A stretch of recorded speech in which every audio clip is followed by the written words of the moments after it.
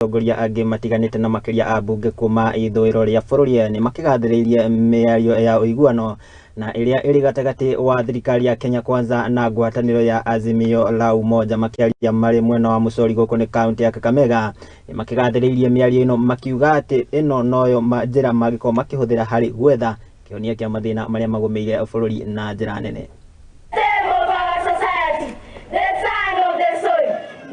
I come before you, my brothers and sisters, to beg you that our unit of purpose will make a difference in our lives tomorrow. Sasa ni kushukuru pande zote mbili.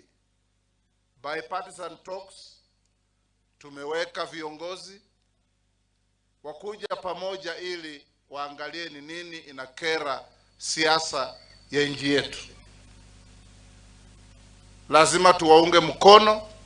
Secretarial Services ya hiyo team inatoka bunge. Nataka kuhakikishia nitawapa support yoyote ile wanataka ili wasiwe na shida wakiwa kwa mazungumzo yao. Nataka kushukuru, niliona jana kwa news flash kwamba ndugu yetu Raila Odinga amesema hataitisha maandamano Kenya tena kama solution ya mambo ya kisiasa. Na hiyo tunasema that is what you should have done in the first place.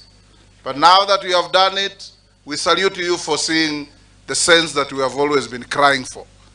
That when we have a problem as a people of this country, the solution lies in coming to the table to talk to each other, but not talk at each other.